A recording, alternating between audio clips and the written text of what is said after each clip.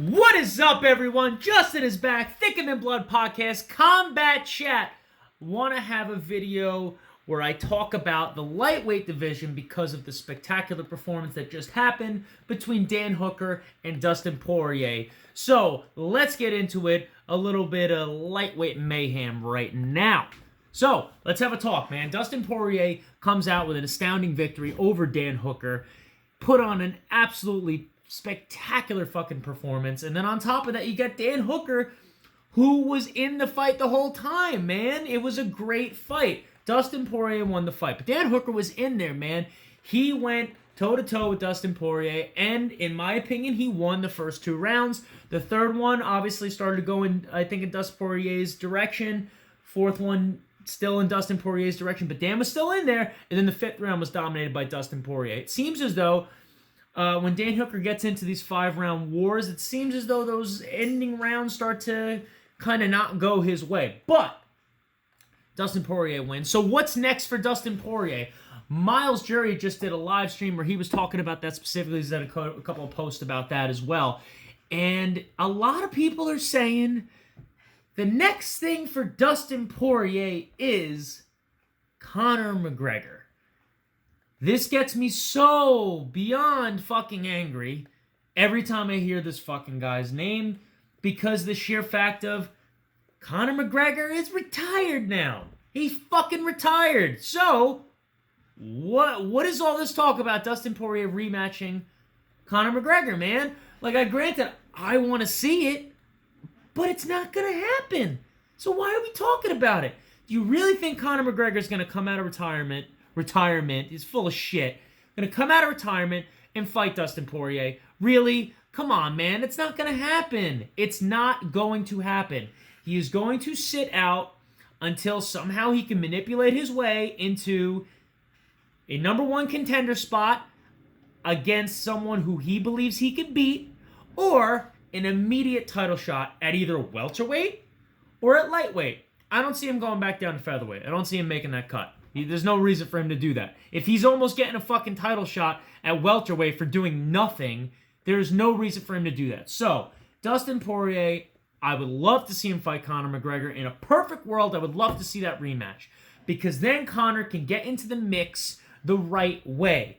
Come in, beat a top contender, and earn your fucking title shot. You don't just get it handed to you. Like at welterweight, you beat Donald Cerrone after he's coming off of two TKO losses in a 6-month time frame. You beat him at welterweight. He's not a real welterweight. He's a 155. You beat him at welterweight, and now you're in talks to get a title shot against Kamaru Usman? Are you fucking kidding me? That's insane. That is fucking insane that is even being discussed. But in a perfect world, do I want Conor to come back and fight at lightweight? Yes, I do. He's a good fighter. He's a fun fighter to watch. Everyone watches him. I want to see it. But, dude, earn your title shot, man. Like everyone else. I understand you got all the fucking money, and you're rich, and everyone likes you, and all the casual fans who don't know shit about mixed martial arts love you and all that stuff. I get it. But, dude, earn your title shot, man. Fight Dustin Poirier next, and earn your shot at the lightweight title. But, that being said, I don't think that's going to happen, so this is what I want to happen besides that. Dustin Poirier, I say, fights Tony Ferguson, and this is why. You just came off of a war with Dan Hooker. Obviously, you got some injuries. Man, you got to go to the hospital, you got to go here, you got to go there, you got to recover, get back into training, and this, that, and the other thing, get ready to make that weight cut all over again. That's what needs to be done.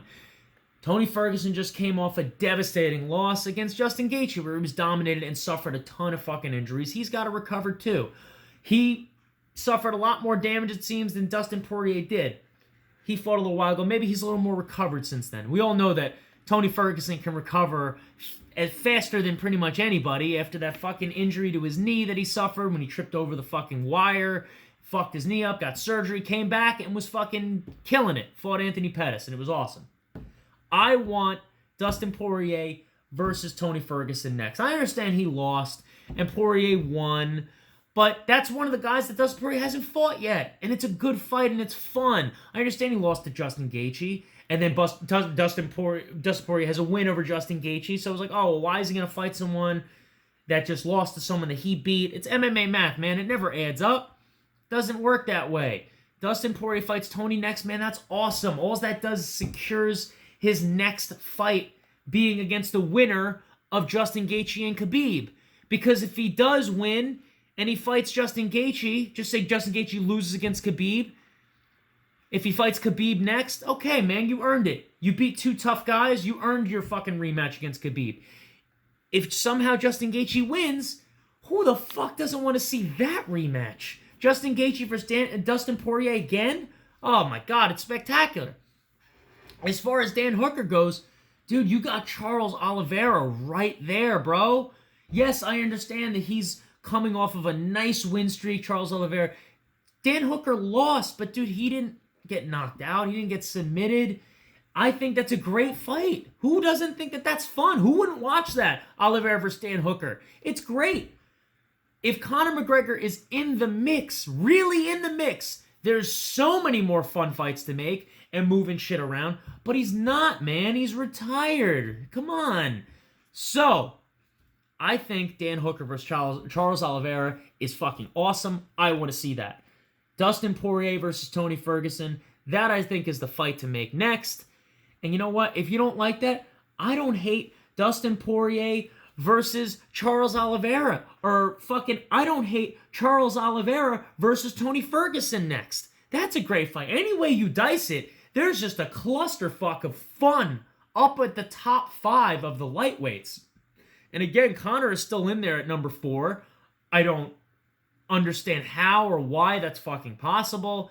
He has won one fight at lightweight 4 years ago. Why are you ranked number 4 is beyond me. I don't get it. Your last fight was at 170 technically. Why the fuck are you even in the lightweight rankings? I don't know. I don't get it. I don't know how the UFC does things because Conor gets his certain things and this, that, and the other thing. But if he does come back, dude, there's so much good fights that can happen that would be fun, that make sense with him. There's a lot of fights that people are asking for that don't make sense because it's ridiculous to give him these fights. Let him fight these other guys who are still fun fights. You know it's going to sell. With Conor, everything sells. We know this. Look at what him versus Cowboy just did.